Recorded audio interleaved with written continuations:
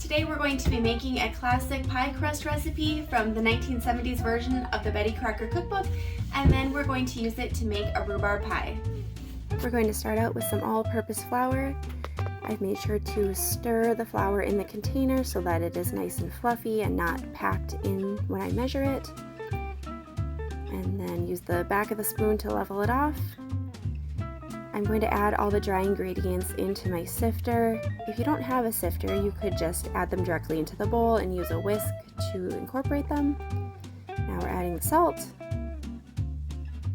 And we'll sift that together.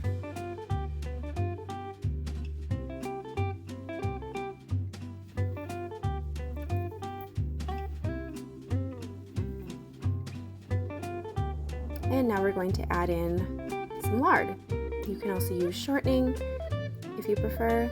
I would not recommend using butter in this recipe. And we'll use our pastry blender to mix in the lard or shortening with our dry ingredients. You don't want to over mix this. You don't want your finished product to be so uniform that it looks like sand. Instead, you want it to be a little varied in the size of the lard or shortening. It should kind of look like small peas are mixed in with your flour when you're done. And having those larger bits of the lard is part of what contributes to the nice layers in your flaky crust. Here you can see kind of up close the consistency of the flour and the lard mixed together there. Nice and crumbly. Now I'm going to add in some cold water and mix that with a fork. The amount of water does vary a little bit based on the humidity of your room and the moisture content in your flour. So you might have to play around with that a little bit, starting with less and sprinkling in some more water if need be. The dough will start to come together.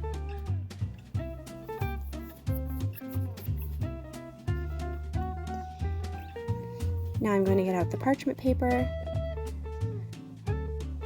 I like to use that just for, it prevents sticking and is easy to clean up. You could also do this on a cutting board or directly on your clean countertop.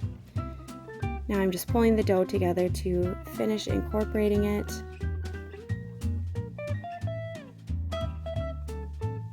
And gently kneading this. You don't want to push it together too firmly like you would with bread dough.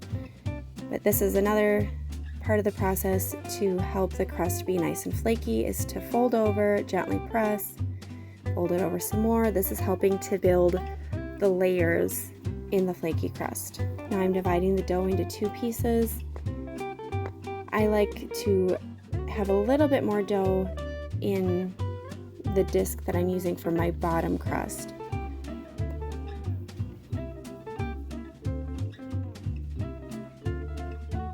Now I will flour my parchment paper and my rolling pin and roll that out as uniform as possible. I do flip it over a few times just to help prevent the sticking.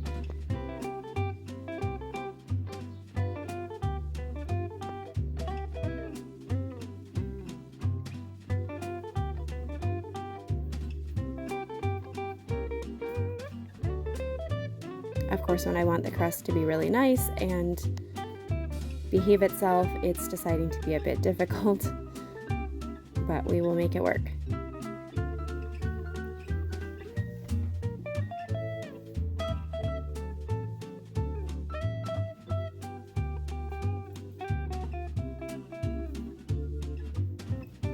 And we're going to fold it over into quarters just to help transfer it as seamlessly as possible.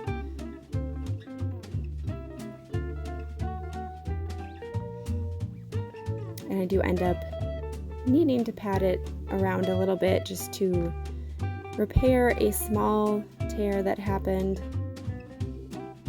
of course, just for the sake of the video. It had to tear a little bit. Sometimes dabbing a little water onto a tear can help it seal itself back together again. And now we're going to make the rhubarb filling. So to my rhubarb, in a pan on the stove, I'm going to add cornstarch and sugar and mix those together, and I'm just heating that until the sugar dissolves and it starts to thicken just a little bit. I am using frozen rhubarb in this recipe. I had a gallon-sized zip top bag full of chopped rhubarb from last year that I was needing to use up, and I let that thaw out most of the way and drained off a bit of the liquid, and just a little bit of the liquid though, not too much, because we do want it to have a nice sauce. And now adding in some vanilla. So I'm just making sure that it's thoroughly thawed out and incorporated by heating it up on the stove just a little bit. If I was using fresh rhubarb, I would not put it on the stove. I would just add the sugar and cornstarch directly into the chopped rhubarb in a bowl and leave it sit for about 10 minutes to get the juices to start being extracted from the rhubarb. Now I'm going to work on the top crust for the pie, just repeating the process again with flouring my rolling pin and parchment paper and getting the crust as uniform as possible.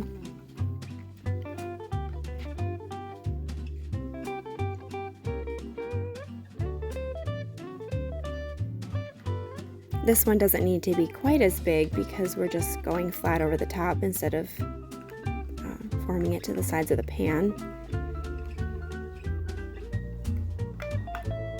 You could do a lattice crust if you like to. I'm just doing a flat, full top on my pie here.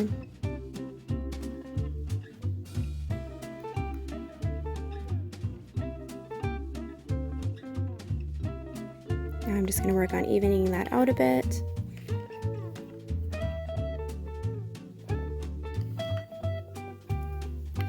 And then using my kitchen shears to just even it up a bit. Get rid of any excess crust. My kids love if I sprinkle this with cinnamon sugar and bake the extra pie crust. And now I'm folding over the top and bottom crusts together and tucking them into the pie pan.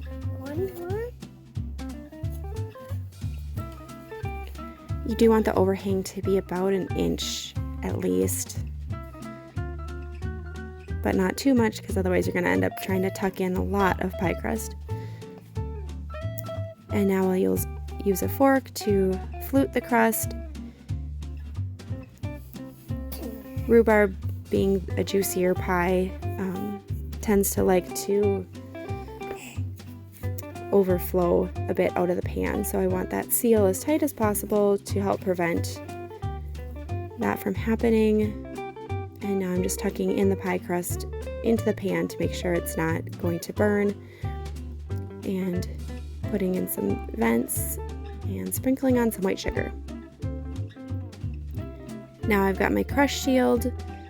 You could also use strips of tin foil just to prevent excessive browning or burning on the edges. I do typically remove that right towards the end if I see that it needs some more baking, and there's your finished pie. If you enjoyed this video, please like and subscribe so others can find it more easily.